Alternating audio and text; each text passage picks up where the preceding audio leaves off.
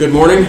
The Kerr County Commissioners Court is now in session. It is Monday, March the 22nd, 2021, 9 a.m. Remind everybody to please turn your phone off or to vibrate. First part of the agenda, we always receive public input. If there's anyone that would like to address the court, this is your opportunity to do so. I want to remind people, if you want to call in, call 830-792-6161. And Jody Grinstead, our court coordinator, will get the call out here, and we'll put it on the speakerphone, which is here on the bench. Okay? At least there's no input at this point, so let's go to commissioners' comments. Oh, this is regular court meeting. We need to pray. You? Yes, I'll pray. Please stand. Okay. Oh, yeah. Our Heavenly Father, I'd like to lift you up for just being the wonderful creator that you are. We'd like to ask that you watch over the Balloon family. I'll mention a little bit more on this in a few minutes, but with Harley at the moment, he has a few issues, and ask that you just keep him in your mind. Lord, we'd like to ask that you bless us with some rain. We've become very dry once again, and we'd appreciate that. And we ask for your guidance in our decision making today. We ask this in Christ's name. Amen. Amen. Pledge allegiance to the flag of the United States of America and to the republic for which it stands, one nation, under God, indivisible, with liberty and justice for all. Please be seated. Now, we're not doing our special commissioners meeting. This is all Okay, right. this is the opportunity for commissioner comments. And you'll notice there's only three of us here today. And Mr. Harris, I know, is away on a... He's just away. Yeah, he's away. He's just away. He's doing several things. I think one of them is some sort of course that he's taking, but seeing his family too, so good for him. Why don't we go ahead and start with, I know what you want to talk about, so let's go to precinct 3. Yesterday evening, rather late, I received a text from Harley, and I think he mentioned in court that he'd been doing some remodeling at his house recently. Well, part of that remodeling, he fell off his roof late yesterday and ended up in the hospital. He'll be okay. He did break some ribs, had a hip replacement, a little banged up, and he just asked that I let everyone know, and we all keep him in his prayers, since he's in recovery right now. So I wanted to announce that. Other thing is the Hilltop Youth Event Center, they had a dog show. It was 2 weeks ago now, it was about a week ago. Not this past weekend, but the weekend before that. Turned out to be an enormous show. They had, I think, 1,500 dogs there. One of the reasons was that it was a lot of the shows have been canceled around the nation, and people that do dog shows need to get points for their dogs. They can become champions and things. And evidently, it was very well attended. It looked like a high-end RV parking lot. Anyway, but good for them. They did a real good job out there. And Little League's getting ready to start, so be aware of that, people that drive down 27. And that's about it. Precinct 2. Several things, Judge. Number one, that was a great event at the Ag Barn. And also, last weekend, there was the race wars, I guess is what they called it, out at the airport. And there were 3,000 people out there. I went out Saturday afternoon, couldn't get in because they closed the gates. They had a capacity crowd. So I think it was a huge success from what I've heard, and plan on doing it again next year. The other thing is and I think Jonathan's going to mention this later too, or maybe come back to him, in the wastewater system in Center Point, East Kerr County, Center Point. Next regular meeting on April the 12th is going to be discussion there about Center Point Village tying into the system, and that'll be there and presented in detail. There's some upgrade that needs to be incorporated, probably to the tune of $400,000, of which the developer will pay for those upgrades. But we'll go into details on that. There's several changes that we're going to have to do in improvement in accommodating additional facilities in the at the wastewater system. The third thing that I have is in the area of development. There's a new development that'll come to the courts also on April the 12th. It's called Verde Creek Ranch. That's the tentative name. They're trying to work through it. But it's 1,000 acres, and there's going to be like 170 homes. There are going to be 5-acre lots in there, tracts. And so they will probably they'll do a well that they will demonstrate water availability, even though 5 acres they don't have to. So that'll come to the court on April the 12th also. That's between Camp Verde Store and Centerpoint, right off of 480. The Texans for Responsible Aggregate Mining has recognized the fact that Kirk County passed a resolution, and that's good. So they'll call us now an ally. So to help them, they're going to be an advocate for getting some bills through Congress, which there are several related to aggregate mining. The other thing, we had a warning this last week or so about violent weather coming, 1-inch hail, etc., etc. I think there's another warning coming, and it has to do, and I'm going to say it just like it is, has to do with illegal aliens. They're coming, okay? We might as well recognize that it could happen here with the jails, the schools, the services that we provide. There's probably going to be an impact to us. So we ought to at least recognize this there. I don't think we need to take any action, but it's on the way. And that's all I've got. Judge, let me go back to on the other part. I was going to do it at the end of the comments, but I can do it now.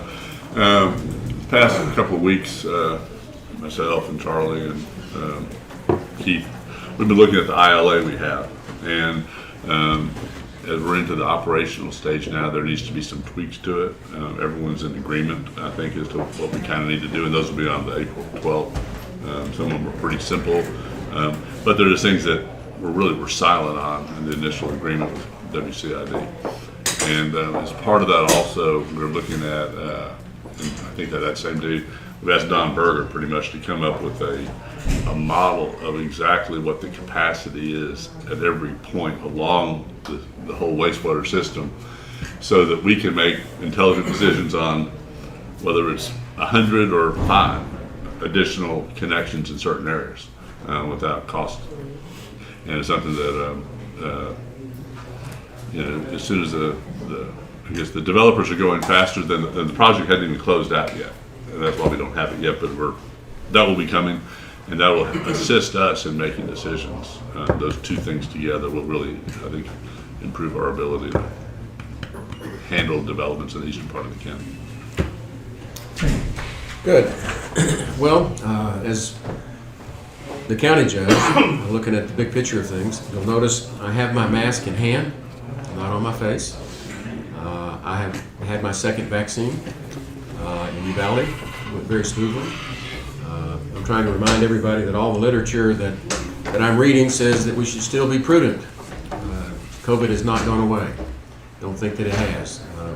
It's good to have Texas open again, and it's good to have less restrictions, but we still need to be smart. And all the literature that I'm reading indicates that when you're in small groups, except for your family, put the mask back on, use social distancing, and be careful about going into indoor crowded facilities. And I just share that with everybody because here we are. It seems like just a year ago that we started this thing. We've come a long way. We've learned a lot. Kind of like with our wastewater line, we learn as we go. But don't forget that COVID is still here, and we have to deal with it. So, with that, we'll go ahead and start our agenda. Item 1.1 is to consider, discuss, and take appropriate action regarding the update, facility use, and other matters related to the severe winter weather disaster. Thomas. Morning, Judge, morning, Commissioners. All right, so we still have some assets at the Youth Event Center. We still have some MREs and some water. I don't know the exact number of pallets as of this morning. We're going to try and get all that out this week to various places in the county. Kirk County is still eligible for public assistance category B, which is emergency protective measures. We are working to get the disaster summary outline completed as well as the PSTAT, and I think we've completed all those as of today. We're going to continue as damage information comes in. We'll continue. We can still update the DSOs as much as we need to. On the individual assistance side, Governor Abbott requested 32K to be included in the declaration for individual assistance. And Kirk County was included in that request, and we still have not heard anything about whether or not we have been accepted into the individual assistance.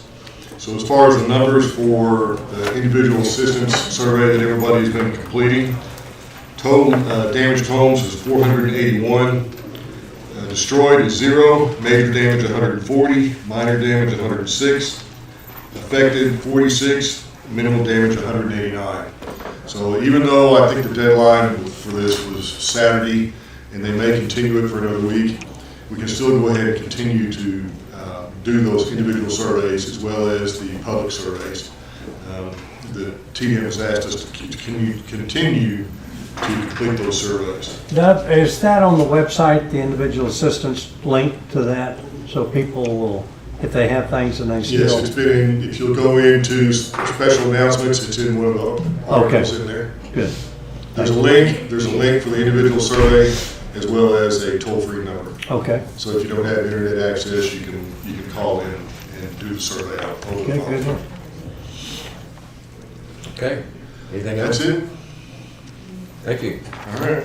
Before you sit down, I'm going to go ahead and call 1.2, which is to consider, discuss, and take appropriate action regarding the local state of disaster due to severe winter weather that I signed on February the 22nd and extended until terminated on February the 23rd.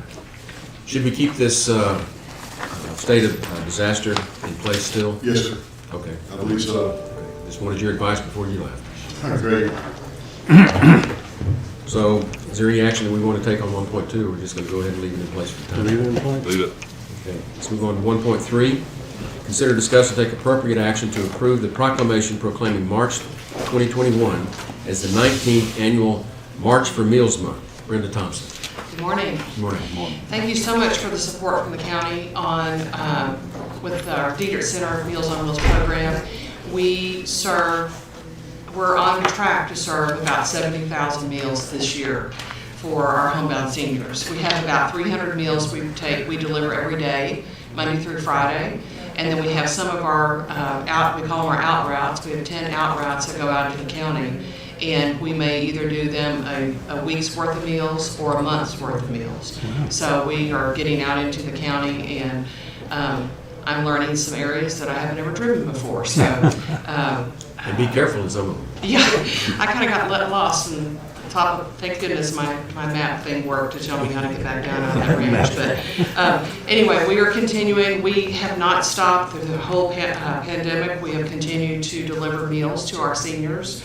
And our volunteers have been fabulous. We have about 200 Meals on Wheels volunteers that are coming in. We have some who were medically challenged, and so they have not volunteered for us, but we have some, the others have picked up those extra routes for us. And we've got a lot of new volunteers that have come in to help us. So we are keeping on. We had our, thanks to Dub and the Texas Department of Emergency Management and others, had 143 vaccines given last Monday, to our homebound seniors and our other seniors that had a ride to come in and get them. Had a few of our volunteers. We had an 88-year-old volunteer and a 92-year-old volunteer got their shots. And we really appreciate that, the county support in helping us get that done. And we're getting ready for the second round coming April 12th. That will be getting their second round. We'll be way more, we're pretty organized, but we're going to be even better organized. But Meals on Wheels is essential in our community. I see it when I go out on the route. I see it when I hear the drivers come back in talking about it. I'm just so appreciative to be a part of it and that we have it in our community. And so this proclamation just reaffirms for us what we're doing, and it makes our volunteers very proud to see that when it's posted up in the Meals on Wheels Lounge. We are doing March for Meals this week. If anyone would like to come to a drive-along with one of our routes, we welcome anybody and everybody to come in and do that. So just give us a call and we'll get something set up for you. You don't have to do the whole route. It takes about an hour usually to do the whole route. But it is good to see from start to finish the process. And what we do is home cooked meals. We cook them there in the Dietrich Center. If you've never been on a tour of our building, please come over. Our building is not open yet. We are still staying safe for our seniors. We do have a few classes. We have an exercise class for ladies in their 80s and 90s come exercise every Monday, Wednesday, and Friday. And but we're slowly opening up a few little classes at a time, but we're not open to the public yet. We're getting all of our plastic plexiglass stuff in and getting all that set up. So we're a few weeks away from opening up to the public. So, anybody have any questions? Or? I'll move that we approve the proclamation proclaiming March 2021 as the 19th annual March for Meals month. Second. Motion's been made by Commissioner Moser, seconded by Commissioner Letts, to proclaim March 2021 as the 19th annual March for Meals month. Got one question, Judge or Brenda. On the therefore says, now therefore the Honorable Robert Kelly, which he is, as County Judge of Kirk County, do hereby proclaim blah blah blah is the end. Should it be the Commissioner's Court or the judge that you want? It's the judge. Okay. This is from. Okay, good. Okay, so make the motion that we approve it with as written and authorize judge to sign, say. Okay. That's the way it came from our Meals on Wheels of America. Okay, good. Thank you. Well, So I appreciate that, but unless the court approves it, I'm not going to. yeah, no, I totally understand. But no, that's part of our Texas Department of Agriculture grant too is Commissioner's Court approval, so it's Commissioner's Court. Okay. Okay. Any other discussion? Those in favor, raise your hand. Unanimous, 3-0. Thank you, Brenda. Thank you so much. Thanks. Next is the most exciting part of our event today. 1.4, consider, discuss, and take appropriate action to accept the annual financial report, which includes the independent auditor's report and audited financial statements for the period ending September 30, 2020. Did I detect a little sarcasm in that? Well, Or a lot? I was an economics major, so I understand numbers can be boring, but they're important. Well, thank you for having me. And it's quite different from last year's outbrief, so I prefer the in-person rather than the Zoom. And I do want to thank the auditor's office as well as many of the other departments because they scuttled to get us all the information, and we really appreciate that. We try not to be invasive, but we are. We know that. So on page 1, this is your independent auditor's report, and it basically says that after adjustments, your financial statements were fairly stated and materially correct. I do want to tell you that we made 2 audit adjustments, 1 audit adjustment, and that's extremely low for accounting, so they have a lot to be proud of. The next item, I'm going to skip over the MD&A and go straight to page 19 and 20, which is your balance sheet on the governmental fund types. So this is shown as you budget. Your total assets for all governmental fund types at the end of the year were $54.4 million. The cash and investments that were unrestricted were $16.5 million. And then you had restricted cash of $32.1. So out of that $54.4 million, $48.6 million is cash and cash equivalents. And that includes 50% of the airport, does it? It does. Okay. Yes. Okay. I'm sorry, the 50% of the airport is not included in your governmental fund types. It's included. Oh, these are fund types, not Yeah, assets. Gotcha, yeah. thank you. These, For total assets. the net position, which I skipped over, on page 15 and 16, this includes your airport funds. Okay, So we don't include them because they're a joint venture in the regular balance sheet and income statement. Okay. Yeah, I kind of skipped over 15 and 16. These are full accrual statements, so you'll see your capital assets, any bonds and bond payables, as well as your net pension liability and your other post-employment benefits liability, which you don't see in your balance sheet. Because there's two ways that your financial statements are presented on a government, and it's a full accrual basis and a modified accrual basis. Modified accrual is the basis that has been used in your budgeting as well as governmental accounting for the past 50, 60 years. well, Debbie, I'm confused because it's on 15, it says capital assets, buildings, etc. In the airport itself, 50% owned by the county, has $17 million in assets. So, Because you're in a joint venture, we only include half. but you included half in this capital assets? We included it in equity and airport joint venture. It's about the 7th line down, maybe in under Oh, I see. assets. Okay, Yeah. okay, gotcha. Oh, it says airport right there. Thank you. Oh, you're welcome. Okay, Good question. Anyway, so this is a full accrual basis, and if you notice, you have total assets here of $144.4 million. And then you had total deferred outflows of resources. These are $3.4 million, and these are both pension related, or pension and other post-employment benefit related. You won't see this on your balance sheet.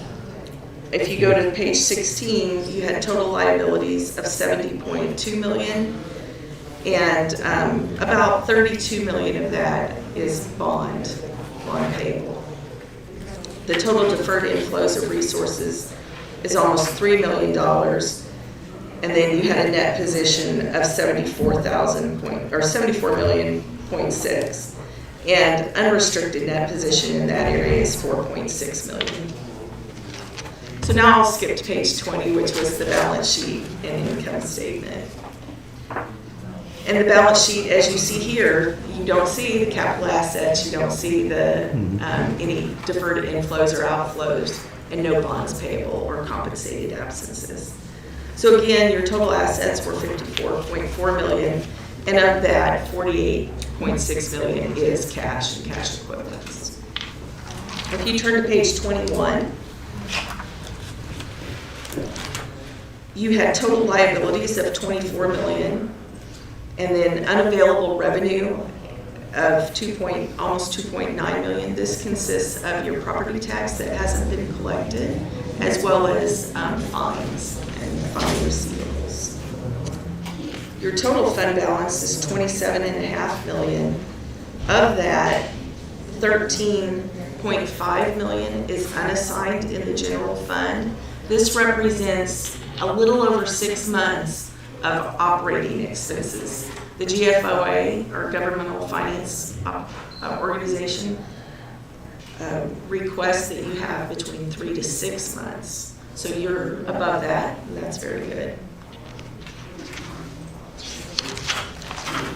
I'm going to skip back to your budget to actual reports that are on page 62 and 63. 62 is your general fund, schedule of revenue, expenditures, and changes in fund balance. It has a budget to actual as well as your 2019 actual. And your total revenues that you brought in during the year were $29 million budgeted, and you actually brought in 30.4, so that was almost a 1.4 positive variance. And if you look at the variances, you'll see that you had 2 areas that were much greater than you budgeted. you had a positive variance of $391,000 in your other taxes. So your sales tax actually increased during the year, which didn't happen for a lot of communities in Texas. So that was one positive. And then you had an intergovernmental grant, you had your COVID relief grant. And so that increased your positive variance in the grants to $660,000. You'll notice that last year you had $4.7 million in other taxes versus $5.1 million this year. And then your intergovernmental grants were $407,000 last year compared to $1.3 million this year. In your expenditures, you budgeted to spend $29.4 million. You actually spent $26.5 million, leaving you with a positive variance of $2.9 million. And last year, you actually spent really close to what you did this year, $26,529,000 versus $26,538,000. So you budgeted to have a loss of $390,524. You actually had a positive gain of $3.9 million. You had transfers out of $800,000. You budgeted $739,000. So your net change in fund balance over the course of the year was $3,088,262. And again, you budgeted for a loss of $1.1 million. So at the end of the day, your fund balance at the end of the year was $13.7 million. Any questions? The next item is page 63. This is your road and bridge fund. And your total revenue, you brought in $2,967,000. This was slightly under your budgeted amount by $18,000, and you had budgeted $2,985,000. Your total expenditures were $3.7 million compared to the budget of $4.4 million.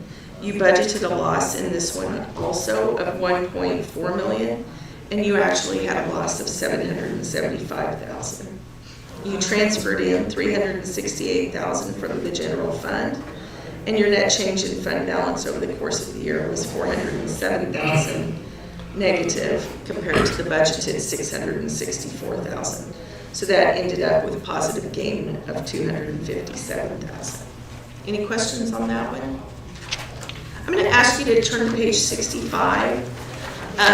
We talked about pensions in the statement of net position, and the interesting area here is if you go 4 lines up from the last column on the bottom, you'll see that your net pension liability ending this year was $4.8 million. Compared to last year, your liability was $9.7 million. So you went from 86% funded to almost 92% funded in your pension fund. I do want to point out that, again, GFOA recommends that anything over 70% funded is considered very good. You'll wonder what the cause of that was if you look in the net investment income. This year it was $9.8 million worth of gain compared to $1.1 million of a loss last year in their investments. And the year before it was $7.7 million. So last year they adjusted their investment mix, and that created, along with our economy, and I'm talking about 2018 column, so this would be 12/31/2018. They adjusted their investment mix at TCDRS, and so that drove a little of the decrease. On page 67, this is the schedule of other post-employment benefit liabilities and related ratios. This has to do with your retiree health insurance program. And this item actually continues to go up, your liability. So last year you had a $13 $1.5 million liability compared to this year. It went up to almost $14.9 million. And so net OPEB liability as a percentage of covered payroll was 59% this year compared to 51% last year. Those, again, show up as liabilities on your statement of net position. I'm actually done with this report. If you have any questions, I'd love to answer them.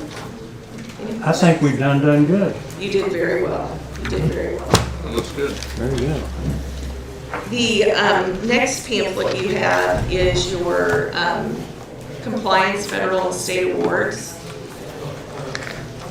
And I just want to say that you had we do two opinions on these. Governmental Accounting Standards opinion, whether you were in compliance or not. And then we also do an opinion on your federal awards and whether or not you complied with the internal control and compliance with uniform guidance. And I just want to tell you on both of those, you received an unmodified opinion, which is the best opinion you can get. Again, this year you had no comments on your federal awards. Again, you received an unmodified opinion, and the grant that we audited was the Corona Relief Fund.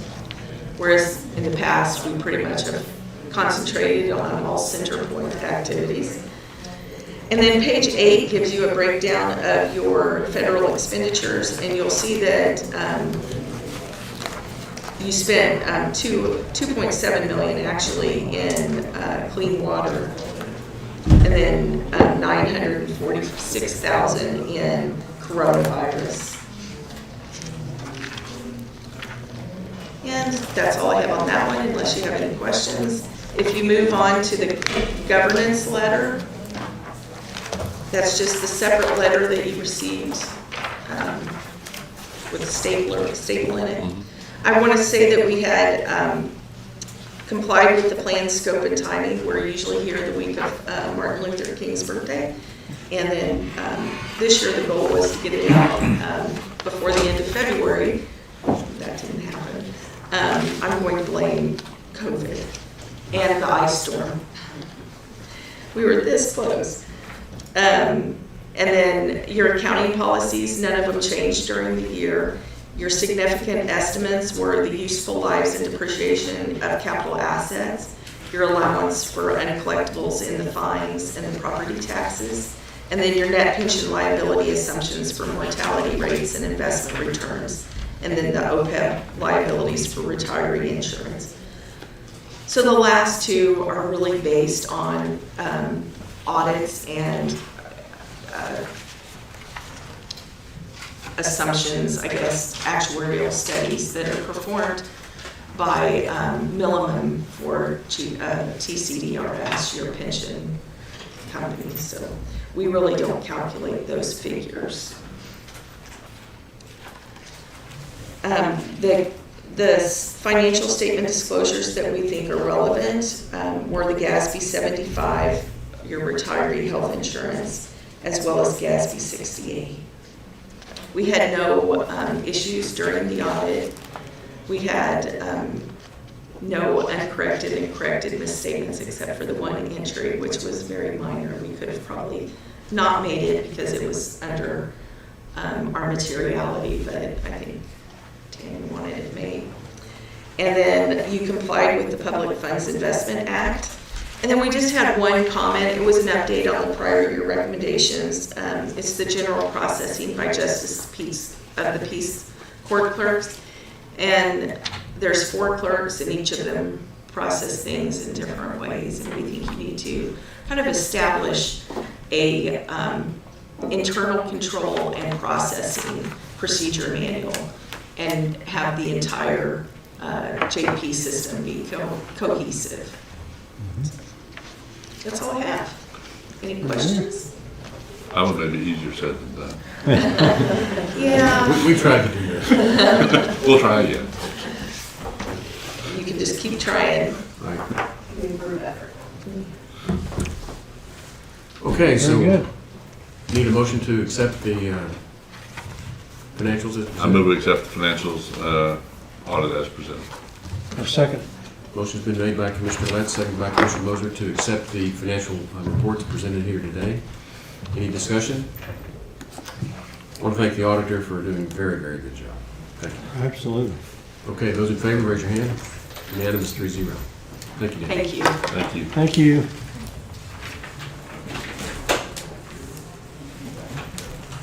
Okay, item 1.5, consider discussion, take appropriate action on a request from Kirk County Veteran Services Offices to utilize the courthouse grounds and equipment for Memorial Day event. I don't think Jennifer Sanchez is here. Is she outside?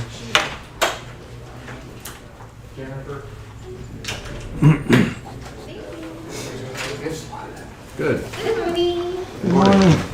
How is everybody? Good. Got all I your support staff here. do. I haven't seen them in like a year, so it's like amazing. It's like a reunion. Looks like a bodyguard. I just wanted to ask permission to utilize the court grounds on May 31st from 10 to 11 for Memorial Day. And if approved, we would also need electricity, a podium, 100 chairs, but we still would like to place them for social distancing, just to keep our safe distance. And then just wanted to see would bathrooms be available, and if so, would there be a sheriff that could open and let someone use the bathroom? And also if you would like it to be recorded like it was last year. So the same this year, this proposed this year as it was previous years. Correct, yes, sir. Yeah. I move for approval. Second. Motion's been made by Commissioner Moser and seconded by Commissioner Letts to approve use of the courthouse grounds and equipment for Memorial Day event for the Veteran Services Office. Is there any other discussion? I'm just glad to see all of our Yeah. support people. Advisory committee, have anything to say? No, thank you, not for me. When you're ahead, be quiet, right? Twice and twice. Okay. Very Those in good. favor, raise your hand. Unanimous, 3-0. Thank you very Thank you. much. Thank all. you. Thanks, Jenna. Thank all. Item Thanks, 1. guys, ladies. Item 1.6, consider, discuss, and take appropriate action regarding the county auditor certifying new revenue and budget amendment for Fund 36. Ms. Shelton. Yes. The district clerk collects certain fees and fines per the Texas Government Code Section 51.961, the Family Protection Fee, and Article 102.0186 of the Texas Code of Criminal Procedures. The family protection fee may be used only to fund a service provider that provides family violence and child abuse prevention, intervention, family strengthening, mental health, counseling, legal, and marriage preservation services to families that are at risk of experiencing or have experienced family violence for the abuse or neglect of a child. Funds collected under Article 102.0186 may be used only to fund child abuse prevention programs in the county. Per the Local Government Code 111.0108, the county auditor shall certify to the Commissioner's Court the receipt of revenue from a new source not anticipated before the adoption of the budget and not included in the budget for that fiscal year. On certification, the court may adopt a special budget for the limited purpose of spending the revenue for its intended purpose. So during the 2020-21 year, I'm projecting that the fees to be collected will be $2,000. So this revenue and the related expenditures have not been budgeted at this time. So what's the source of that revenue? It is two fines and fees that are collected with the district clerk's office. Okay, gotcha. Thank you. And fines and fees are lower this year. Generally, like through the past, 10, 20 years, it's ranged anywhere from a low of about $1,500 to about $3,500 in general. So it's a change of the budget, about $2,000 for the revenues you described for that particular use. Yes, and this also, I want to move these to Fund 36, so it will be, when we were at budget last year, if y'all recall, this had to do with the nonprofits that are standing this back here. So all of these nonprofits, the work that they do would be satisfy the provisions of those funds in payment of that. So if we put it in Fund 36, if we don't budget enough one year, don't pay out enough year, you'll always have and know just exactly how much is there to be paid out. And so that'll take it out of the general fund, where it does kind of get lost, because it was like, how are we funding these? Why are we funding these? So by putting it in a different fund, we'll know. Is there a current balance in Fund 36? There is, and it's about $2,500 off the top of my head. But that revenue was budgeted, but I could come back with a budget amendment for that once we establish the new revenue, I Okay. believe. I'll make a motion that we approve the new revenue to be allocated or put in Fund 36. Second.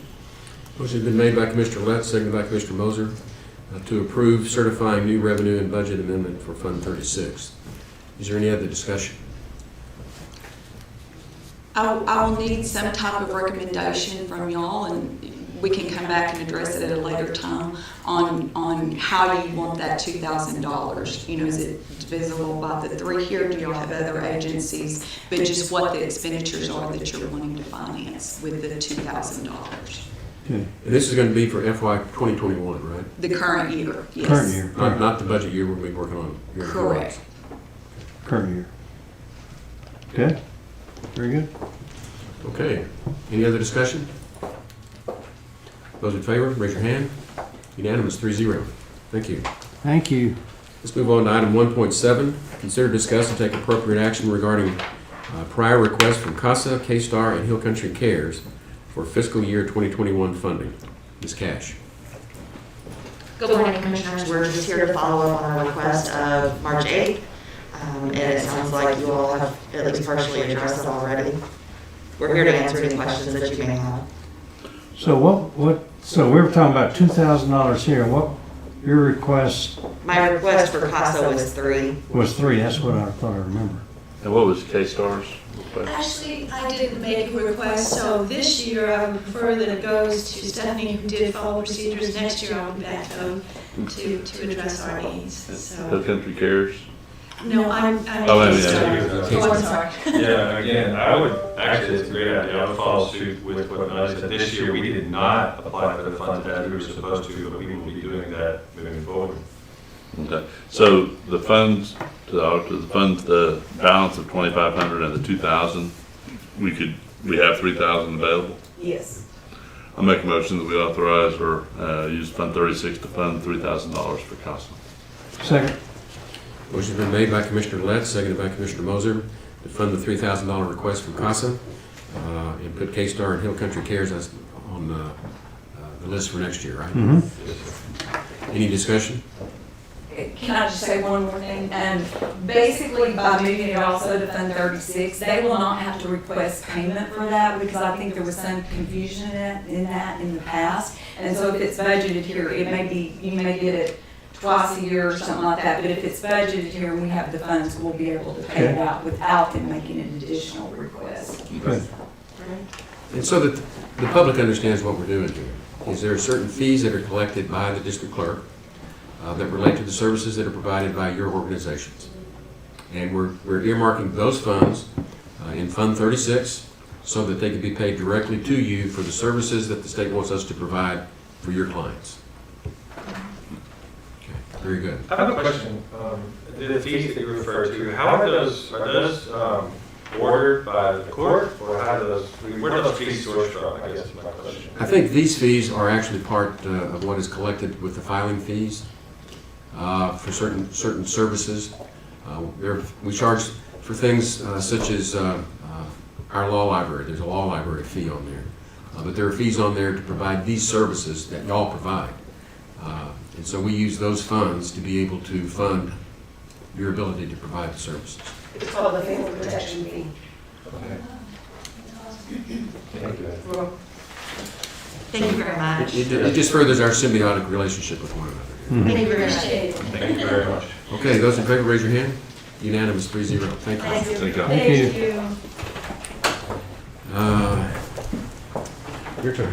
Yes. Item 1.8, consider, discuss, and take appropriate action to accept the summary report regarding the county clerk's office. Ms. Dowdy.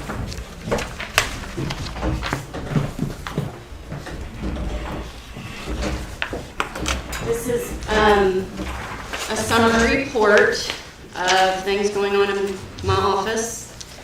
And the one thing I want to note for the public is that on the clerk's page of the website, which is co.kerr.tx.us/C-clerk, there are some links there that will provide the total births and total deaths on a monthly basis that occur in Kerr County.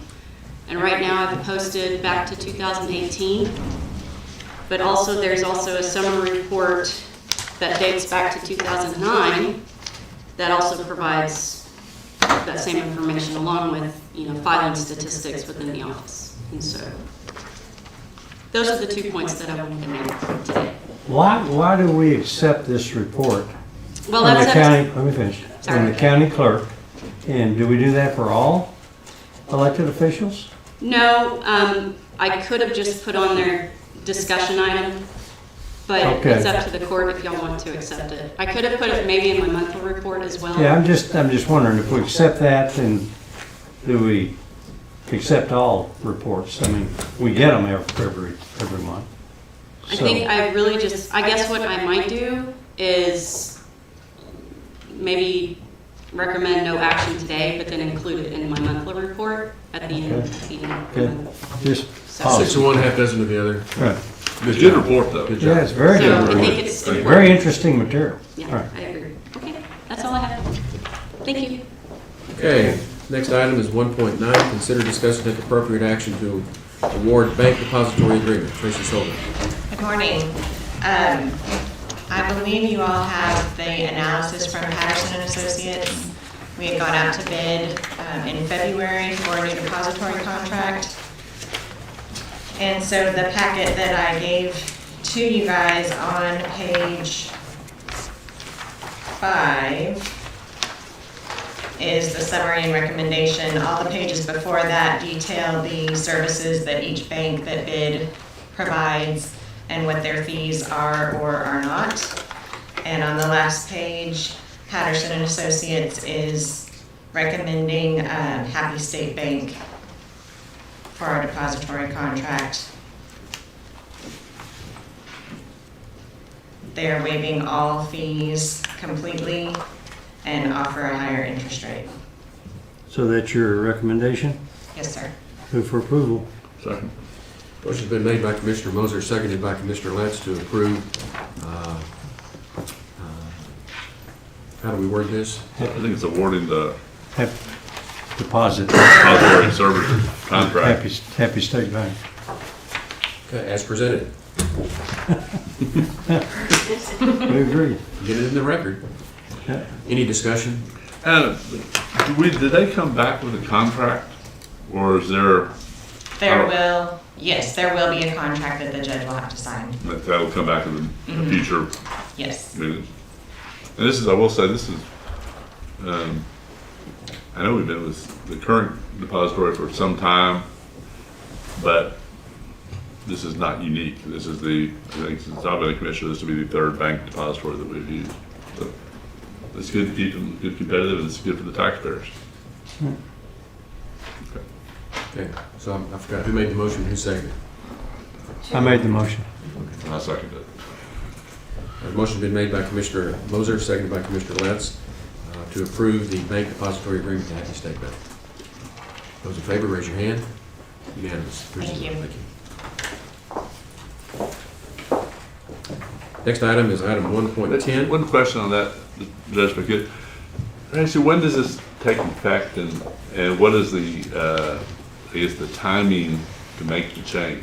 May 1st. May 1st? May 1st is when the new contract will start, but I will start immediately letting the other elected officials that have their own bank accounts know that we'll be making that change and offer to help assist in making those changes so that hopefully by May 1st, we're up and running. And again, this is really, so I understand, all county accounts have to be now with will have to be with Happy State Bank? I believe so if it states in the government code or local government code that their accounts shall be at the depository, then they would have to move them, yes. Okay. I guess including registry accounts, with, you know, minors? It depends on what I think the court order and probably the local government code says, or whatever code that falls under.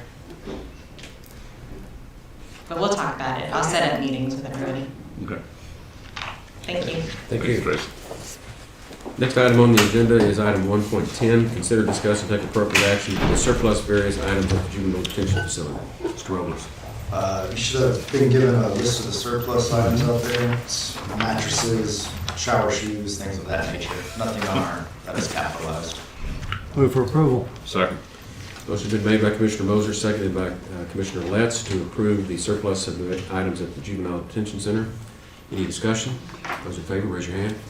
Unanimous, 3-0. Where do we surplus this to? That's good. Trash. Trash. Doesn't look like. I don't think we can recycle mattresses. Item 1.11, consider, discuss, and take appropriate action to approve a $9,549 donation from Kerr Crime Stoppers to be used to purchase a computer for forensic investigations of the Criminal Investigation Division of the Kirk County Sheriff's Office. Sheriff Latham. Yes, Commissioner Judge, I submitted a grant to Crime Stoppers, and we're real fortunate to be able to receive this $9,549, just asking for your approval. That was a strange amount, is it? That was what it cost, you know what I mean? So, Oh, I see, so somebody donated for that purpose. exactly, Okay, yeah, gotcha. to buy this forensic computer. Move approval of the agenda item. Second. Motion's been made by Commissioner Letts, seconded by Commissioner Moser, to approve the donation by Kerr Crime Stoppers for the computer and Criminal Investigation Division of the Sheriff's Department. Any discussion? Those in favor, raise your hand. Unanimous, 3-0.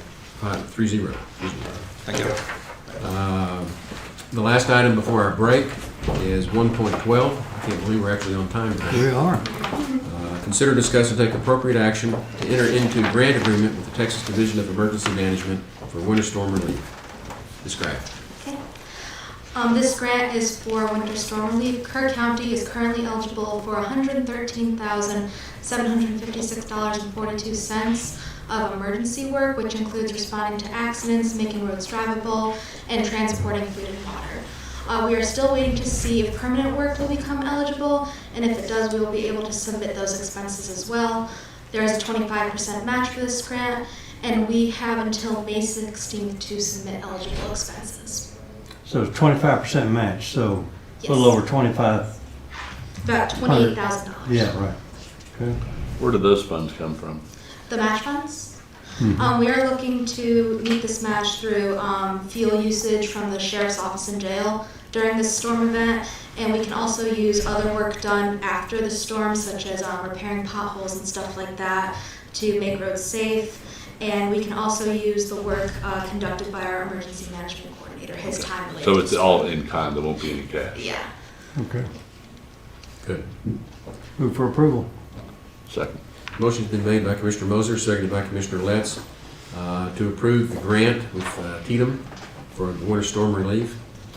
Are there any discussions or questions? Do we have any idea on the permanent repairs? We currently do not. We are still, this PSTAT was submitted last Friday, and I think for everyone it was due this Sunday, so they should be making a decision rather quickly, but I'm not entirely sure. Okay, thank you. Okay, all those in favor, raise your hand. Unanimous, 3-0. Ms. Graff, I want to compliment you. You've done a very good job, staying on top of these grants. Right. We're impressed. Okay, let's take a break. We'll come back at 5 after 10, so we'll stand in recess.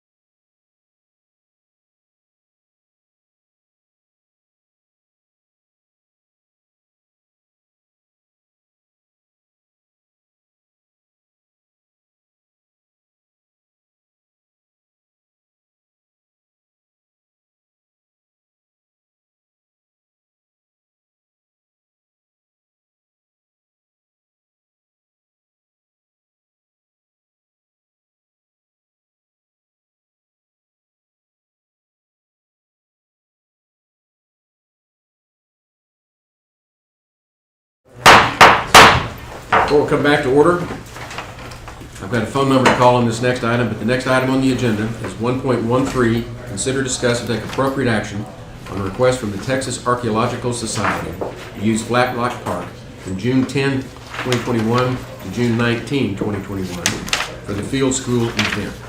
I'm going to call Mr. Steve Stoudemire, if I can do this right.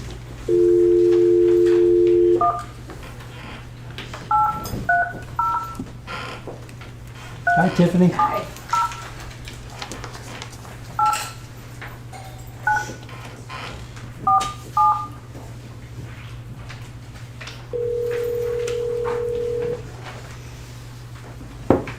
Excuse me. Hello, this is Steve Stoudemire. Mr. Stoudemire, this is Rob Kelly. We're here in Commissioner's Court. How are you doing?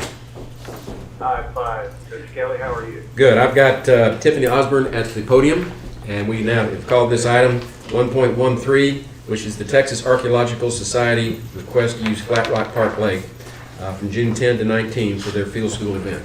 So, Ms. Osborne, you may proceed. All right, thank you. I came here last year seeking your approval to be able to use Flat Rock Park in addition to the Texas Archaeological Society. Also has reserved River Star Arts and Events Park for the week of June 10th through the 19th for the Texas Archaeological Society Field School. And last year, at about this time exactly, we canceled for the first time in 50 years. And we're excited, though, to get back on track. And all of our membership is super eager to get back out there and do the good work we do. And especially to investigate the sites we're working on here in Kerrville. So I'm here to request that use of Flat Rock Park again, which we feel like this year is potentially even more critical to us being able to space out our campers and our activities out there. So the use of that additional space in addition to River Star Arts and Events Park would be ideal for our summer event. So last year you were projecting maybe 600. Yeah. And now, talking to Steve, it may be more than that? Last year, I think 600 was going to be our upper limit, and that had been almost our highest field school ever, and we really sort of projected the draw here in Kerrville and the site that we were working on would reach that upper limit. I suspect this year we're going to have folks who maybe are a little bit more hesitant. So I would probably say we're going to reach more around the 300, 350 mark, but of course, until registrations start coming in at their highest flow, which is in the next couple of months, we're not really going to know our upper number yet. So will that area, that includes the dog park, or does that include? It did not. I think we were going to come short of the dog park. Okay. Right? So that would, the space that you have down there, the many acres, and using the 5-star, that'd be more than sufficient area for you, even if you exceeded by a large percentage. Oh, yes, absolutely. Yeah. Mm-hmm. Okay, all right. Yeah. You had a good plan last year, so I'd move for approval to enable the Texas Archaeological Society to use Flat Rock Park, excluding the dog park from June 10th to June the 19th for camping for your facility, for your people. Thank You're going to look at the same archaeological site or sites? We are, yes. We're going to be working primarily on a site called the Kemosabe over off of Arcadia Loop. Mm-hmm. And we also will be working on Julius Neinhofer's place for a smaller investigation of we always have a prehistoric and a historic investigation. Okay. So we'll have some smaller excavations going on there. And we are actively seeking local partnerships with local landowners for our survey team as well, where we hope to find several ranches in the local vicinity to have a small crew of 5 to 10 to 20 people to go out and one or two crews of survey archaeologists to find new archaeological sites and help record those. Okay, so you're still looking for additional? We are. Mm-hmm. Okay, I've got a couple ideas. I'll talk to you or Steve. Glad to hear that. One over at off of Lane Valley. Okay, very good. So anyway, I made that motion, and thank you. A second. Yeah. Okay, the motion's been made by Commissioner Moser and seconded by Commissioner Letts to approve the Texas Archaeological Society's use of Flat Rock Park from June 10 to 19 for their field school event. Any discussion? Mr. Stoudemire, do you have anything to add? No, I think Tiffany's covered it very well. I think we've got a lot of Texas Archaeology Society members that have got pent-up demand now that they didn't get to have a field school last year. So I'm actually hoping we'll even get north of that number that Tiffany threw out. But we know more about the archaeology site this year than we did even last year. And so it promises, as I testified last year, to be a very enjoyable site for people to work, and a site where there's a lot of rich artifacts that the excavators will find and analyze. And it will be a real contribution, probably make it into a publication phase at some point. Okay. Okay, very good. With that, those in favor, raise your hand. Unanimous, 3-0. Thank you, Mr. Stoudemire. You're a good example for the public at this point to see how we're trying to do the YouTube and the call-in. The call came to the cell phone that our court coordinator has. She gives me the number, we call it in, we get you on the line, we get very good reception, and you're able to share here in court just as though you were here in person. So thank you. That's great. That's great. Thank you. Thank you, Judge. Very good. Thank you, very much. Thank you. Thanks for coming over. Thanks. Have a safe trip home. Thank you. See you later. It worked really good, didn't it? Yes. Yeah. It was good here. Yeah. Let's go to item 1.14, consider, discuss, and take appropriate action for the Commissioners Court final approval regarding the private road name of 12 Mile Crossing Road. Ms. Hofford. Bobby Horton applied through the 911 office on March 16, 2021 regarding the private road name of 12 Mile Crossing Road West. This road did not have a previous road name and is not maintained by Kerr County. I did discuss with Commissioner Harris last Thursday or Friday. He had told me just to share with you all that he's in favor of this. At this time, I asked Commissioners Court for their final approval regarding the private road name of 12 Mile Crossing Road West, and that's in Precinct 4. Move for approval. Second. Motion's been made by Commissioner Letts, seconded by Commissioner Moser to approve the private road name of 12 Mile Crossing Road West in Precinct 4. Any other discussion? Those in favor, raise your hand. Unanimous, 3-0. Thank you. Thank you.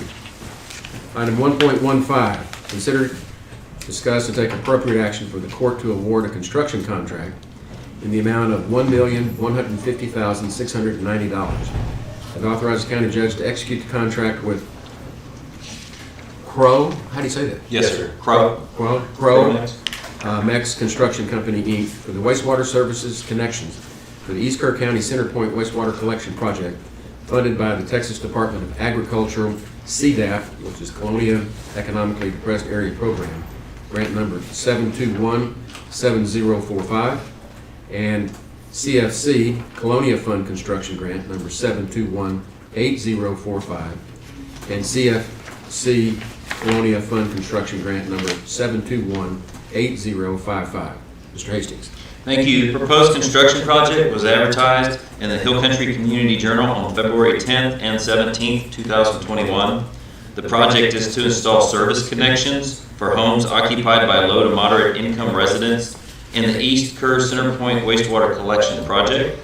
Funding for the services is from the Texas Department of Agricultural Grants, Colonia's Economically Distressed Areas Program Grant number 7217045, and the Colonia's Fund for Construction, grant number 7218045 and 7218055. The project includes sewer piping within the Elmwood Mobile Home Park and service connections in Hill River Country Estates, Center Point North, Center Point South, and Nickerson Farms. There are an anticipated 115 service connections and 3,350 linear feet of 6-inch sewer to be constructed on this project. The engineer's opinion of probable construction cost is $1.4 million. Bids were opened and read aloud on Thursday, March 4th, 2021, and received by the Commissioners Court on March 8, 2021. Those bids range from 1.1 to 1.46 million. The project engineer, Tetra Tech, has reviewed the bids and prepared a bid tabulation that is attached to the engineer's letter of recommendation for award attached to this agenda bill. The county engineer and project engineer recommend that the court award a construction contract in the amount of $1,150,690 and authorize the county judge to execute the contract with Cromex Construction Company Incorporated for the wastewater service connections for the East Kerr Centerpoint wastewater collection project funded by the Texas Department of Agriculture, CDET grant number 7217045 and CFC grant number 7218045 and 7218055. Move for approval. Second with some questions, or a question. The motion's been made by Commissioner Moser, seconded by Commissioner Letts, to approve the request for contract as presented.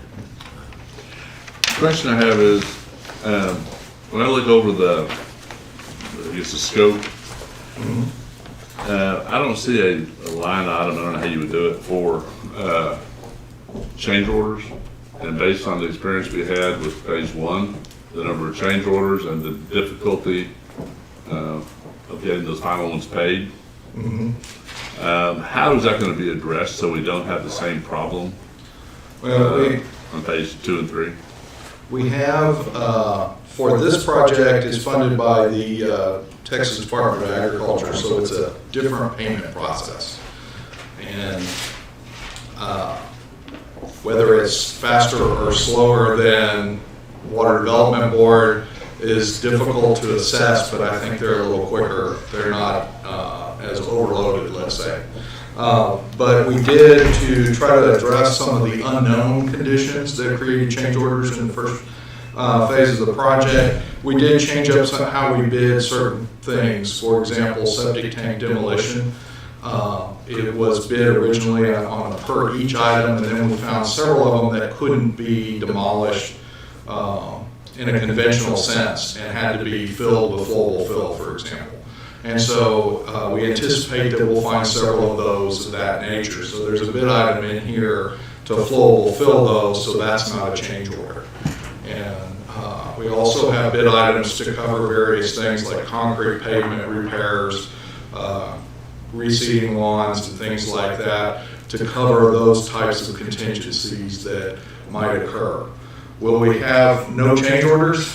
I can't tell you that. I actually do anticipate that there will be some special conditions that there's no way to try to describe that work required until we actually get the contractor out there in the field and he finds where the septic tank is and how to connect to it and that kind of stuff. So, but our plan is to take those, get those resolved as quickly as possible so that we can get them approved by TDA and paid by TDA as quickly as we can.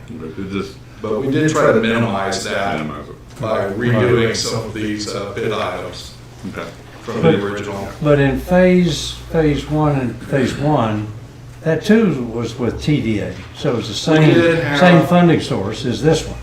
We did have a separate contract in phase one with TDA. We did not have the same payment delays with the TDA portion of the work that we had with water. Part of it was Water Development Board, part of it was TDA. Right. Gotcha, and this is all TDA. And this is all TDA. Okay. Yeah, so the other contracts with D. Guerra that we brought to the board a while back, those are all Water Development Board. One of the issues that we had with the change orders was that because we had one contract with two funding sources, one from Water Development Board, one from TDA, we had to get approval from both entities for those change orders. Okay. And we won't have that on any of these contracts because they're completely separate. So, but TW, Water Development Board will fund some of the work. They will not fund any of the work in this contract here on this construction contract at all. That's a big improvement. Okay, but there will be other ones that they... But the phase 2 and phase 3 contracts that we've already been approved by the court, with Kerr Construction. Those are completely funded by Water Development Board, and that does fund services. There are service connections And in Kerr those is doing contracts that work as well. internally? Yeah, and Kerr will do that work, and we'll have Chromex do this. So there will be some coordination between the two contractors, but we've separated the funding sources to try to eliminate some of those problems we So experienced. basically, Guerrera's providing all of the services, Water Development Board up and to the tap, and then Crow, pronounce it Crow or? Chromex.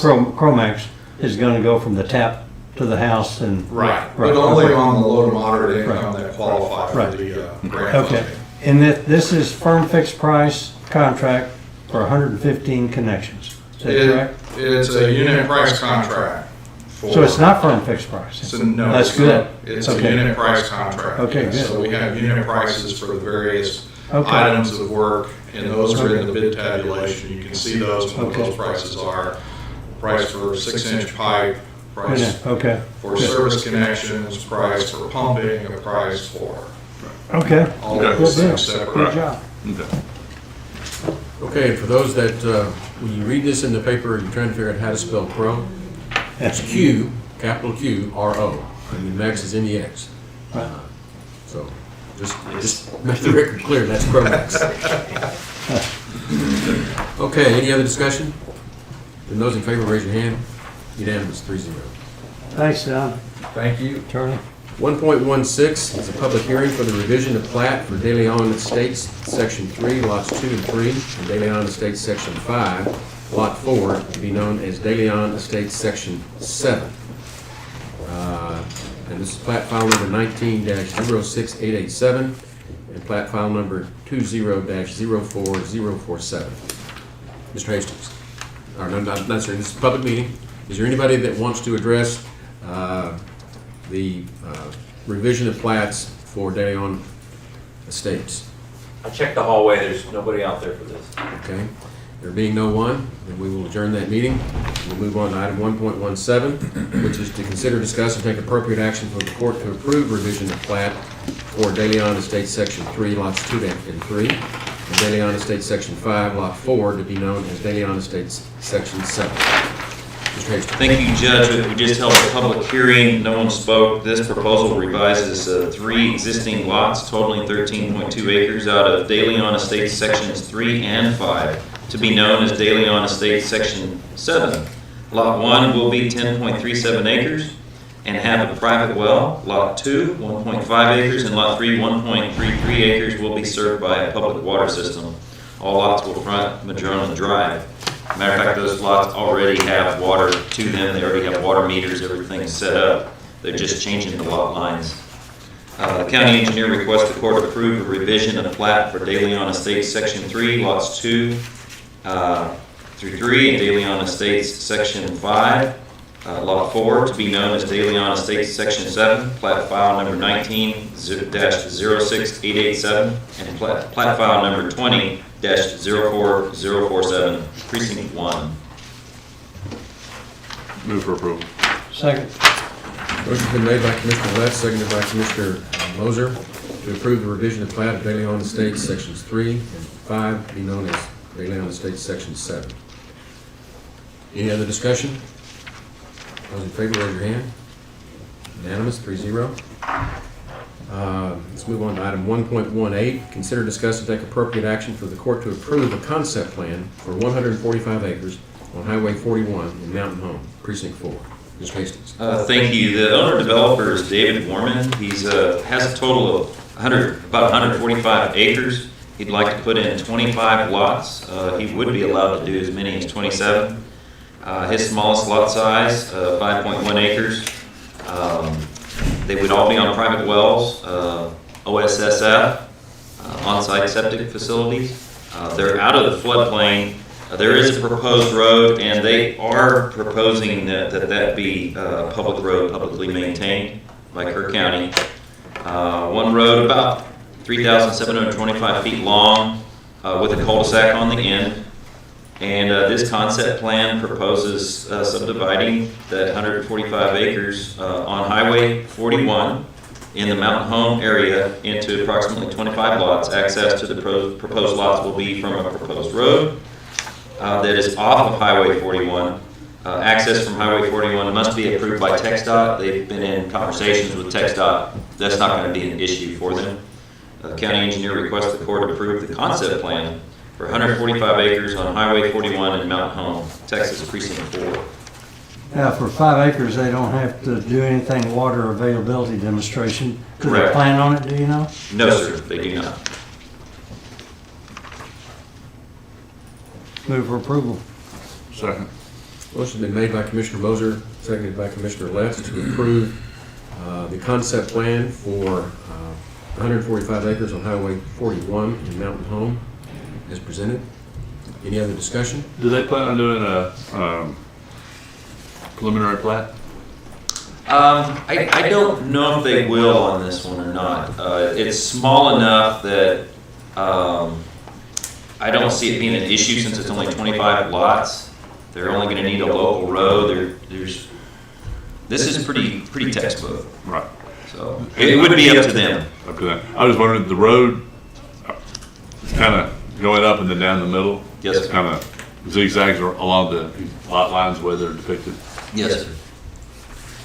They're trying to cross a draw through there. There's some kind of a dry creek or something that they're just trying to get across. Okay. And I think that Hewitt Engineering is going to be the engineer on this, and he hasn't had time yet to sit down and really work out a good layout for that road. But it'll generally follow what they're showing here in general. Thank you. Any other discussion? Those in favor, raise your hand. Unanimous, 3-0. Item 1.19, consider, discuss, and take appropriate action for the court to set a public hearing for 10 a.m. on April the 26th, 2021, for a revision of plat for Mosty Pecan Grove subdivision Lot 1. Mr. Hastings. Thank you. The owner-developer is Philip Spain. This proposal revises Mosty Pecan Grove subdivision, Lot 1, which is currently 9.28 acres, into 2 lots with a small water well tract. Lot 1A will be 4.07 acres and have frontage on Highway 27. Lot 2B will be 5.01 acres and have frontage on JJ Lane. The well tract will be 0.2 acres and be accessed from JJ Lane. County engineer requests the court set a public hearing for 10 a.m. on April 26, 2021 for a revision of plat for Mosty Pecan Grove subdivision Lot 1, Volume 7, page 310, Precinct 2. So moved. Second. Motion been made by Commissioner Moser, seconded by Commissioner Letts to set a public hearing for 10 a.m. on April the 26th, 2021 for a revision of plat for Mosty Pecan Grove subdivision Lot 1. Any other discussion? Those in favor, raise your hand. Unanimous. The next item on the agenda, I think we would probably need to defer until after we have our the presentation of our salary study, which is 1.25, and we have our executive session with the advice of counsel on some of these personnel issues. Good. So with that, we'll just defer that until action after executive session. Or it could go into executive session. Or in executive session, yeah. So we'll move on to item 1.21, consider, discuss, and take appropriate action to schedule a workshop to discuss attorney salaries. We may want to do that. We got to set the workshop at some point. I mean, I think, judging, jumping a little bit to 125, I think we're gonna need a workshop on the whole recommendation from the, on the salary study. I think you're right. And I think this could be included with it, and certainly I'd say, you know, if we have enough time, maybe like on that off Monday in April, in between our regular meetings. Good. Well, we've got, with the salary study now, we're going to have to sit down and talk about some of this stuff. And I mean, the issue du jour has to do with the attorney salaries, but it's going to involve everybody. But yeah, and we have to look at, and I think other, yeah, we just have to figure out where we're going with the salary study, and we need a little bit of time to.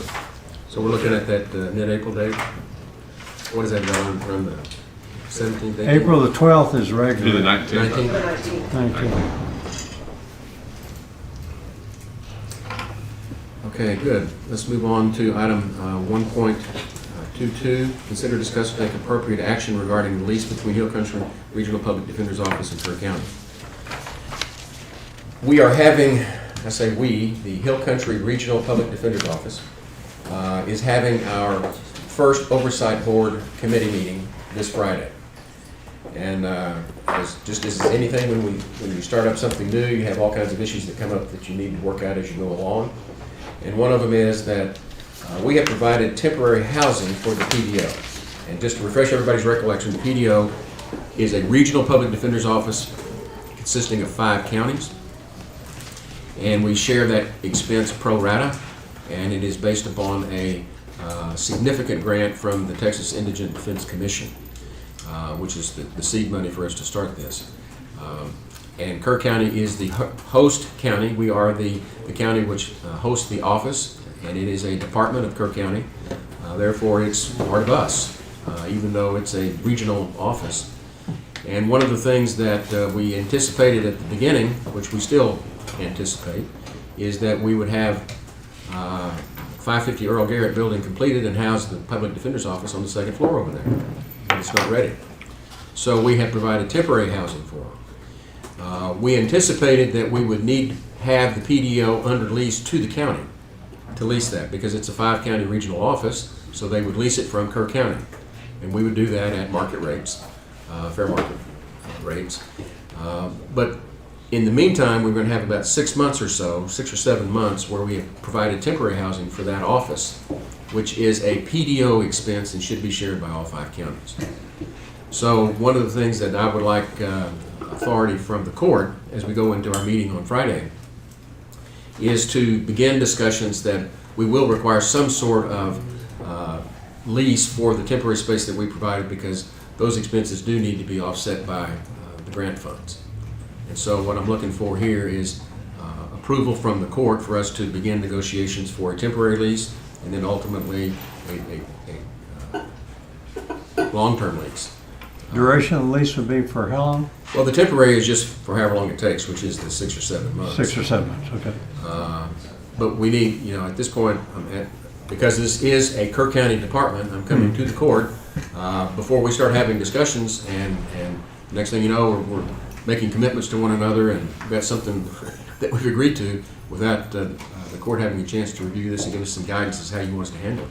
Well, I make a motion that we authorize Judge Kelly to begin negotiations for both a short and long-term, for a short-term lease and a long-term lease with the Hill Country Regional Public Defender Office. Second. Subject to approval of the court. Right. That's why I said preliminary. Yeah, Okay. Yeah, subject to approval. Okay, motion been made by Commissioner Letts and seconded by Commissioner Moser to authorize me as member of the Oversight Board to begin discussions with the Hill Country Public Defender's Regional Public Defender's Office for a preliminary short-term and long-term lease. Any other discussion? Judge, just a question. Does it make sense to do it in one lease or in 2 separate leases? I don't really know. It's just that I was sitting around. I got a report from John Bull and Elizabeth Berry came in to talk about the agenda for the board meeting, and we looked at one another and said, "Oh, yeah, we still haven't done anything about a lease," which is something we're going to have to do. Seems 2 would be easier, maybe, but maybe not. We can figure it out. Well, I can assure you that the long-term lease is going to be providing a Class A office space. They're making do now over at the Juvenile Detention Center offices, but and I don't know if it's going to be the same price or not. I don't know what that board's reaction is going to be, but I want them to start discussing it. All right, thank you. Okay, those in favor, raise your hand. Unanimous. Next item on the agenda is 1.23. Consider, discuss, and take appropriate action regarding the Kerr County property on Ranchero Road and obtaining an appraisal for sale. Mr. Moser. Yes, Judge, and I think it's in 2015 we had an appraisal on that property, a little over 1 acre, so we could take procedures of selling it. We've had 2 different entities that are interested in Ranchero Road property, so I think it's wise, and I think the county attorney recommends that we also get another appraisal, so I'd move that we get another appraisal on that property for a cost of approximately what we did 5 years ago, plus a reasonable increase because of inflation. So we can therefore move forward with. Second, the question I have is, the person that did this approach, well, I'll second it, then I'll discuss. Okay. So the motion's been made by Commissioner Moser, seconded by Commissioner Lentz, to approve obtaining an updated appraisal on the Ranchero Road property in Blount County. I think Mr. Gibson, who did the previous one, is pretty much retired. I don't know if you'd be willing to update this or not. But if not, we have been using Lonnie Markwood Comfort recently, and he's been pretty reasonable in his fees. Right. So, well, and this is not a major property. I think the old appraised value was what, 35? Yeah, 35,000. Yeah, and we could actually provide this as sure. Backup. So, I mean, do you want to contact Mr. Markwood, or do you want me to, or? If you know him, go ahead. Okay. Yeah. Okay. We've used him on all the PDO properties. Sure. He's done a very good job. Okay, good. Okay, those in favor, raise your hand. Unanimous. 1.24, consider, discuss, and take appropriate action to reappoint Jack Clark to the Emergency Services District 2 Board for a 2-year term. Move for approval. Second. Motion's been made by Commissioner Lentz, seconded by Commissioner Moser, to approve Jack Clark for another 2-year term on the Board for Emergency Services District Number 2. Any discussion? Those in favor, raise your hand. Unanimous. Item 1.25. Consider, discuss, and take appropriate action to accept public sector's compensation study recommendations. We're going to do this in public, and if we need to, we will adjourn for executive session. We're going to talk about any specific people. That's his number. Just to remind the public, we can talk about types of people, classes of employees, but we do not talk about individuals by name, or position if you can identify from the position. We try not to disclose anybody's identity. Judge, my recommendation would be that we just accept the report and then give us some time to go over it, and at the workshop, go in detail over it. I mean, I don't know that we need to go over anything. Well, Sam is ready for you to call and give a summary if you'd like. Let's just call him and see where we are on it. Okay, we're going to do the workshop anyway.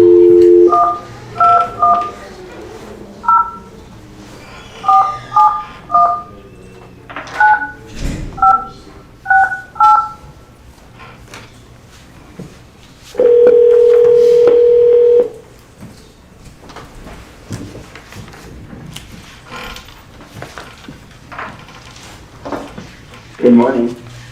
Mr. Hines, this is Rob Kelly, Kerr County Commissioners Court. How are you doing? Good. How are you guys doing? Good. We're to that point on the agenda. We've got you on the speakerphone here on the bench. And I was going to let Ms. Doss start. Or sure. Mr. Hines to start. Mr. Hines can start. Okay, then you get to start, Mr. Hines. And this is okay, great. This is Sam Hines, is that right, from Public Sector? Yep, Sam Hines from Public Sector Personnel Consultants. Glad to be here this morning. Just here today to talk about the proposed pay ranges and the cost estimates that we've provided for Kerr County. Just as a really brief reminder of kind of the work that we've done, we started this project last September. We issued some PAQs to your employees where they detailed the work that they performed for the county. We went in and we proposed new job titling recommendations for each position. After that, we went in and did the salary survey, so we gathered pay plans, job descriptions, org charts from around 16 comparator agencies, I believe. We tried to benchmark as many positions as we were able to. I think we had survey data for about 70% of all positions. Just as kind of like a side note, with the survey results, you guys, it just showed that a lot of your positions were ahead of the market, that you guys were in a pretty competitive position. After we had completed the survey, we kind of move on to the next step now. So let's use the survey data to create a range of findings for every position within the organization, and then to do a cost estimate if there are any people that have fallen behind the new minimum for their job, or if their range has increased, they're going to be seeing an increase. So just giving you guys kind of an idea of what the cost would be to implement the survey findings. Just kind of another thing to note. Currently, you guys have quite a few jobs that are classified as exempt or no step and grade. Part of the study, or part of the outcome of the study, is that we're going to be proposing a range recommendation for all of those positions that currently are without a range or a grade. So what we have here today, again, just to kind of reiterate, you guys are in a really good spot survey-wise.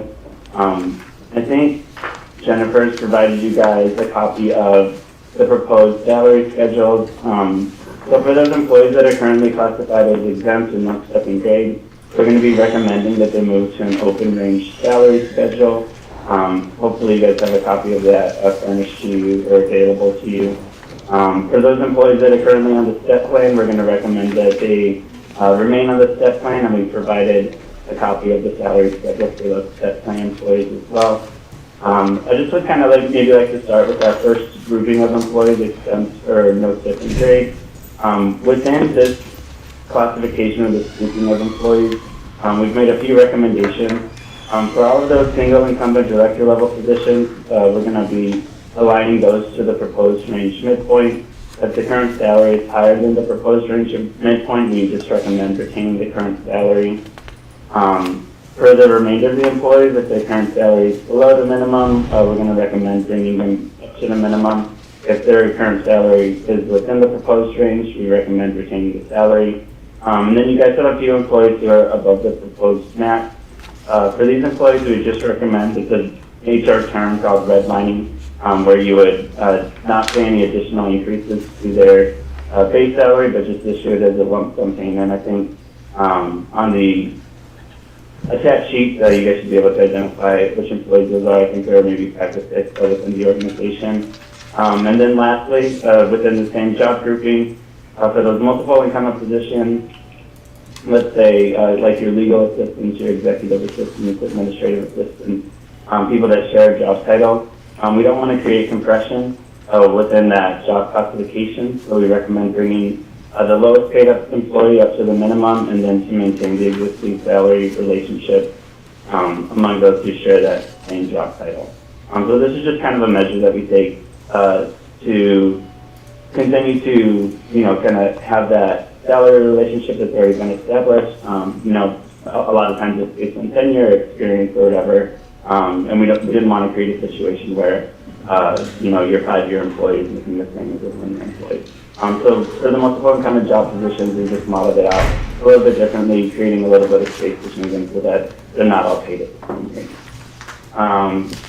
This first kind of grouping, the cost is $82,227 or around there. That's kind of our first initial estimate.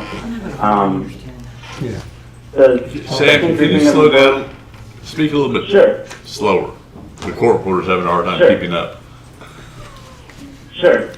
So are there any questions about the exempt or no stepping grade employees that I can answer at this time? Sam, I have one question. On the exempt ones, you have a mid, and a max. Are those where do those come from, those numbers come from? It looks like on the step and grade people, it pretty much came off of our schedule with some adjustments. But where did the minimum, midpoint, and maximum salaries come on the exempt employees?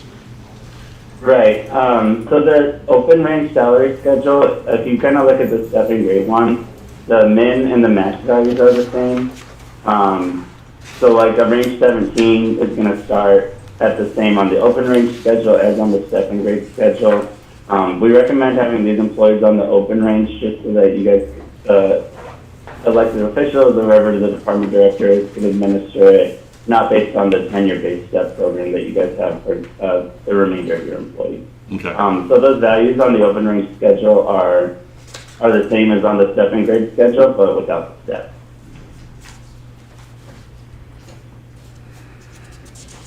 Okay, well, say just to go to a specific example, the county engineer. There was a range in there. Where did that range come from for the county engineer? External surveys. Was it through external surveys? Correct. Yep. So we use the survey data for, again, we gathered survey data for about 70% of all of the positions in the organization. That's kind of where we begin to do a range assignment. And then we also take into concern internal equity. So how does this job relate to other positions within the organization? This one, for example, for the county engineer, we rely just pretty heavily on the survey data. But for other jobs, like we may have had survey data that said, let's say code enforcement officer came in at an 18 and animal control officer came in at a 20.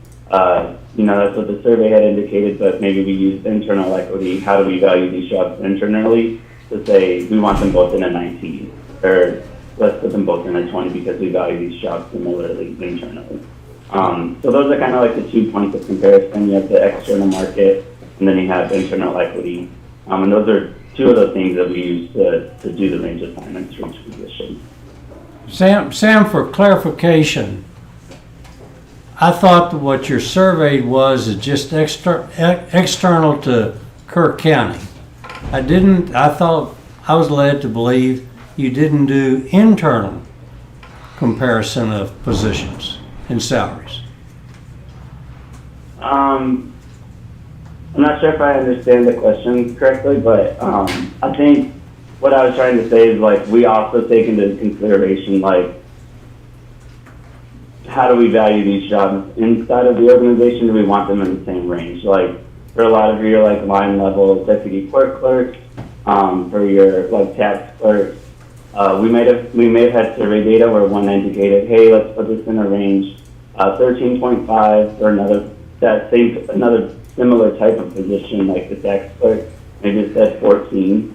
So instead of having them on separate levels, you kind of make that tweak to say, let's put them all at 14 because we value these jobs internally. This is pretty close to what the external survey had indicated for these jobs. So the internal equity stuff was just kind of a discussion that we had with human resources and with other people who are familiar like with the incumbents in that role to kind of learn like which jobs do we value similarly within the organization. Well, as we discussed the other day, you and Jennifer and I, for an internal equity thing, I think there's an issue or some issues. So question B, this is where we're just taking what Sam has given us.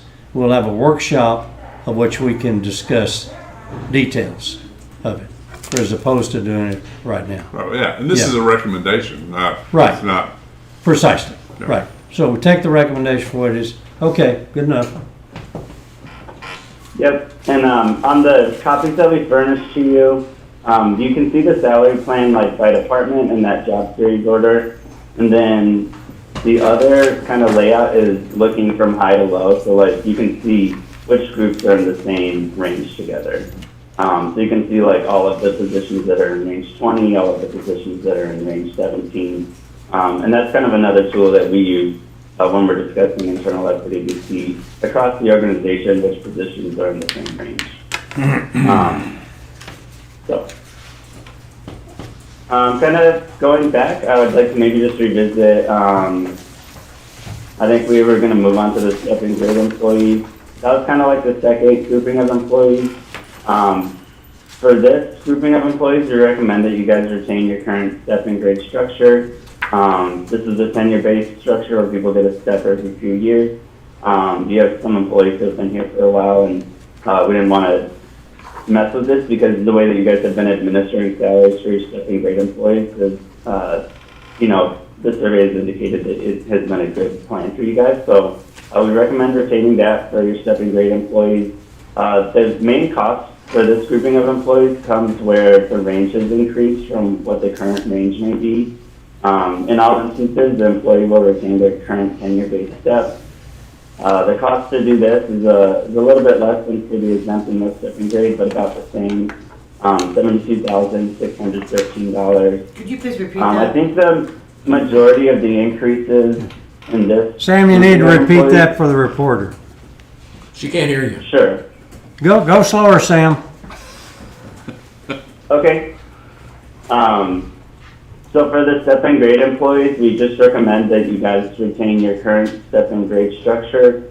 In instances where the range has increased from what the current range is, that's where you're going to be seeing, that's where the cost comes from. So I think currently on the jail side and on the sheriff side, you guys have corporals and officers that are in the same range. Part of our recommendation was to put them in different ranges, that those are two different jobs. we believe that they should be in two different ranges. So a lot of the corporals in both the sheriff's side and then on the jail side will be seeing an increase. There are a few other just whole job classifications where it may be moved up a range based on the survey data. And so that's where the main cost drivers from this grouping of employees comes from, is if their range increase. So everybody's going to be keeping the step that they're on. Nobody's moving backwards. In instances where the survey indicated that potentially the position could be in the lower range, we recommend retaining the current range and not moving anybody back.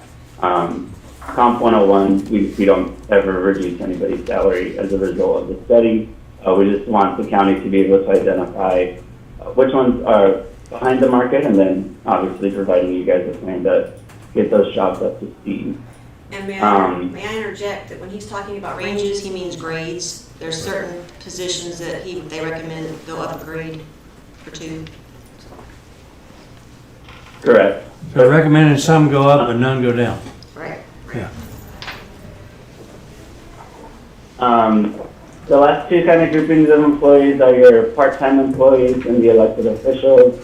For your part-time employees, we recommend that Kerr County pay the hourly rate indicated by the proposed range. It was kind of hard for us. We can't really do a full-on cost estimate knowing that some of your part-time employees maybe work different hours year over year. But in terms of what they should be paid, we have a range for them, so you guys we have like a new hourly rate for those positions. And then elected officials, we just recommend that the county retain its current rate of pay for all of us. So the total cost to implement the recommendations that we have in front of you is $158,840. That's, I think, 1.14% of your current payroll. So this is just kind of to implement the survey findings. In the future, PSCC recommends administering salaries using that historical criteria that you've used for your grading step employees, which is kind of a tenure-based program. And then to allow those that are in that open range classification to move through the range at the discretion of the elected official or the appointed officials. Something that the county should do every 3 to 5 years is just to reevaluate the range for every position to make sure that those min to max goalposts are still appropriate for every job. I think, really looking at your salaries the way that they are, the way that you guys are administering your pay plans, you guys are in a great position in relation to your comparators. A lot of times when we do a study like this, to implement survey findings, it may be 5 to 6% of current payroll. So this is probably one of the ones that we've come in where it's been on the lower end of that. So I would commend the current practices that you guys have because it's led you guys to have a pretty competitive salary administration policy. And then just to continue to check in with the market every 3 to 5 years to make sure that certain jobs haven't fallen behind or that you guys are paying competitive rates of pay for the positions that you guys have within the county. Good, thank you. Do we have any discussion about this at this point? Sam, we've scheduled a workshop for April the 19th that we're going to work on this. So we're going to take your work and study it, come up with our own ideas, and then have a workshop so we can discuss what we need to do. Okay, that sounds great. Do I need to be available for that, or would that be helpful? Well, it might be available by phone, maybe, if we had a question. But basically, I think this is going to be educational for us. Yeah. It was a good study. Good study. I appreciate it. I think it's very helpful. It's reassuring. Okay, great. Yeah. It's reassuring to know that we're only within maybe 1% or so of where we should be, which was, we never know if we've got it right or not. It's kind of nice to know that we seem to be on track. Yes, correct. I would definitely reiterate that as well. You guys are in a good spot for the majority of your positions. There were a few that just needed to get a little bit of an increase to be brought up to market rates, but you guys are in a great spot. So that's good news. Very, very good. Any other discussion? Okay. Well, with that, we thank you, Sam. We're going to go ahead and terminate the call. Thanks for your good work. Thank you, Sam. Goodbye. Yep, thank you guys. Take care. Bye. And we should just accept it, Judge? Do we need to do anything? I think we just received it, don't we? Do we have to formally accept it? It's up to you, recommendations. I think we accept it, we just say he fulfilled his contract, Right, that's kind of where I'm at, yeah. Right. I make a motion that we receive the final report from public sector, what's their name? Salaries. Public sector. Personnel consultants. Consultants. Second. Motion's been made by Commissioner Letts, seconded by Commissioner Moser to receive the salary study presented by Public Sector Personnel Consultants. Any discussion? Those in favor, raise your hand. Unanimous, 3-0. Okay, approval agenda. 2.1, pay bills.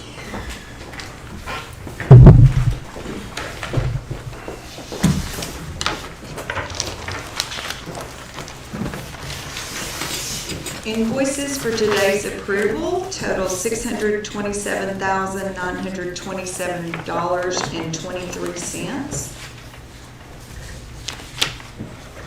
I move we pay the bills as presented. Second. Motion's been made by Commissioner Letts, seconded by Commissioner Moser to approve the bills as presented. Is there any question or comments? Okay, those in favor, raise your hand. Unanimous, 3-0. 2.2, budget amendments. Yes, we have 9 today. Line item transfers within their own departments: HR, Sheriff, Constable 3, Environmental Health, Court-appointed CPS attorneys, and we're also certifying new revenue for insurance proceeds. I move we approve the budget amendments. Second. Motion's been made by Commissioner Letts, seconded by Commissioner Moser to approve the budget amendments as presented. Is there any discussion? Those in favor, raise your hand. Unanimous, 3-0. 2.3, late bills. There are not any. 2.4, auditor reports. Yes, y'all have, we conducted 2 internal audits. One was the Kerr County District Clerk, Don Lance, and the other was the Environmental Health Department under Ashley Batters. And we're just asking that you accept the reports. So move. Second. Motion's been made by Commissioner Moser, seconded by Commissioner Letts to approve the auditor's reports as presented. Any discussion? Those in favor, raise your hand. Unanimous, 3-0. Anybody doing the monthly reports today? Yes, I've got the monthly reports. We have fines, judgments, and jury fees collected from DP4 Bill Ragsdale, the treasurer's monthly report from Tracy Soldan, and the treasurer's payroll report from Tracy Soldan. I move we accept the reports as presented. Second. Motion's been made by Commissioner Letts, seconded by Commissioner Moser to approve the monthly reports as presented. Any discussion? Is that for February 2021?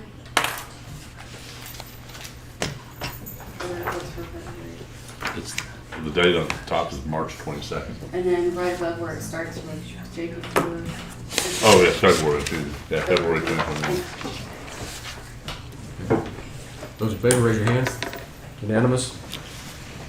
Court orders. Yes, we have the court orders from our Monday, March 8th regular session, 38608 through 38623. 2 slight changes on order 38610, which this is the one related to the getting our fuel tanks tested.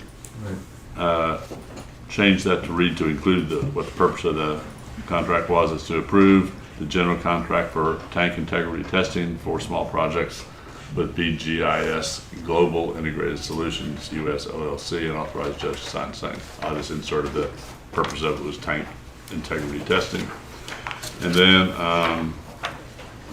38618 is related to the change in the contract and the work to be done at 550 Earl Garrett.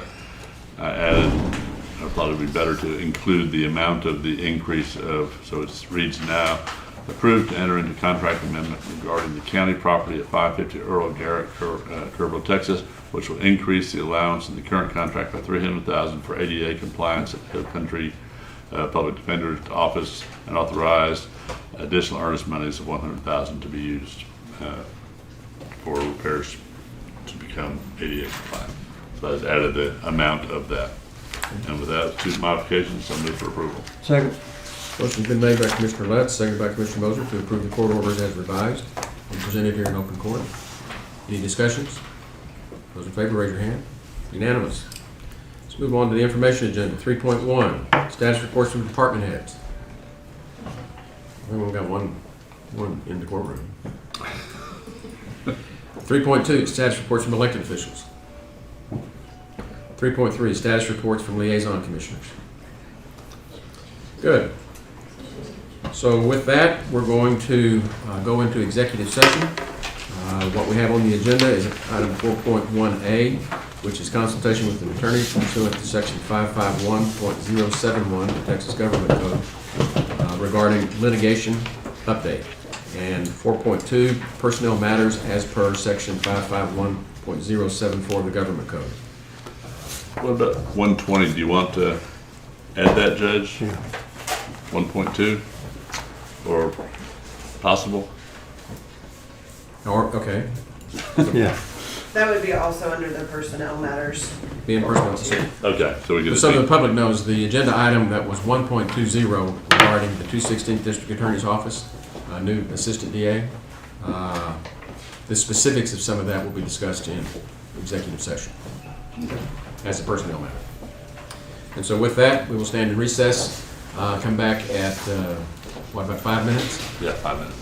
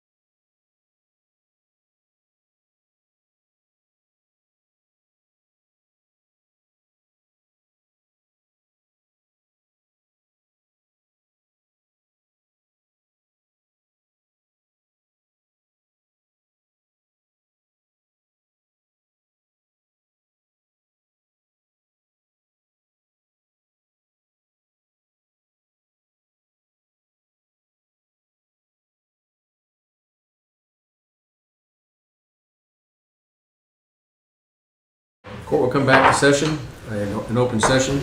We have one item to act on following our executive session, and I'm going to call 5.1, action as may be required on matters discussed in executive session, and 1.20, which was to consider, discuss, and take appropriate action to increase the budgeted salary for an open assistant district attorney position in the 216th District Attorney's Office from $80,000 to $95,000 for the remainder of 2021 fiscal year. Ms. Wilkie. Yes. Your Honor and Commissioners, I've submitted to you Ms. Warwick's application. Based on her qualifications, I am asking the court respectfully to approve a salary of $95,000. That is $15,000 more than what was previously budgeted. At this point, there's no need for any type of budget amendment. I have enough in my budget to cover that salary for the remaining fiscal year. And that is in line within the salary range for the public defender's office, so I think it's reasonable. Okay. I'll make a motion to approve the request to hire the assistant district attorney at a salary of $95,000. Second. Motion's been made by Commissioner Letts, seconded by Commissioner Moser, to approve a assistant district attorney position in the 216th District Attorney's Office for $95,000. Any other discussion? Yeah, brief discussion, Judge, if I might, and this is more for the public. This was an item that got a little contentious at our last meeting, and then quite a few articles and letters and things were written by the public.